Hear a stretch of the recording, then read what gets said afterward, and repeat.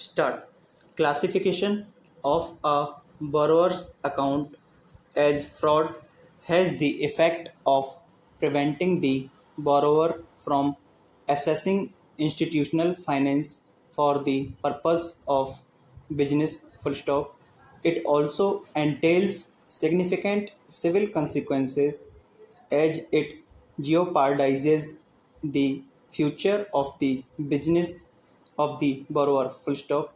Therefore, the principles of natural justice necessitate giving an opportunity of a hearing before debarring the borrower from assessing institutional finance under Clause 8 of the Master Directions on Frauds. Full stop. The action of classifying an account as fraud not only affects the business and goodwill of the borrower but also the right to reputation. Para.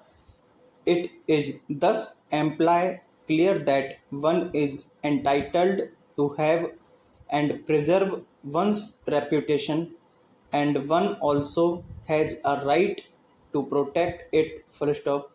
In case any authority, in discharge of its duties fastened upon it under the law, travels into the realm of personal reputation adversely affecting him, it must provide a chance to him to have his say in the matter. Full stop.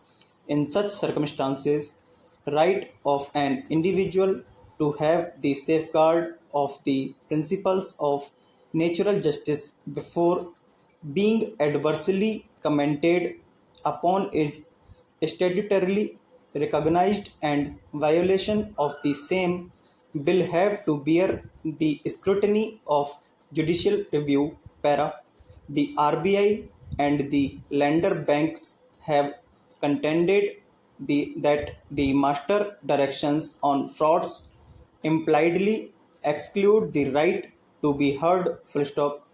The objective of the master directions on frauds is to ensure timely detection and reporting of cases of fraud, to alert other banks and initiate criminal proceedings. Full stop. The directions to contemplate an opportunity of hearing to a third party who is involved in the commission of fraudulent activity but do not explicitly provide for hearing to a borrower. Full stop. Thus, it is urged that hearing to the borrowers is excluded by necessary implication. Para. The master directions on frauds do not expressly exclude a right of hearing to the borrowers before action to class their account as frauds is initiated. Full stop. The principles of natural justice can be read into a statute or a notification where it is silent on granting an opportunity of a hearing to a party whose rights and interests are likely to be affected by the orders that may be passed. Para.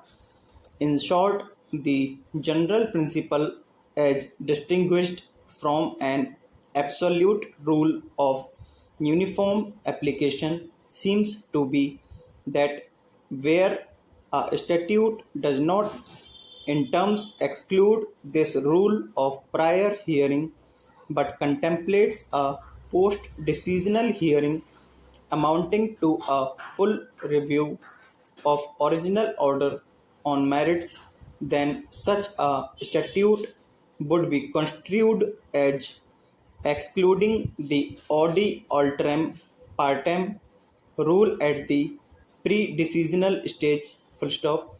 Conversely, if the statute conferring the power is silent with regard to the giving of a pre-decisional hearing to the person affected and the administrative decision taken by the authority involves severe consequences of a grave nature and no full review or appeal on merits against that decision is provided, courts will be extremely reluctant to construe such a statute as excluding the duty of affording even a minimal hearing, shorn of all its formal trappings and dilatory features at the pre-decisional stage, unless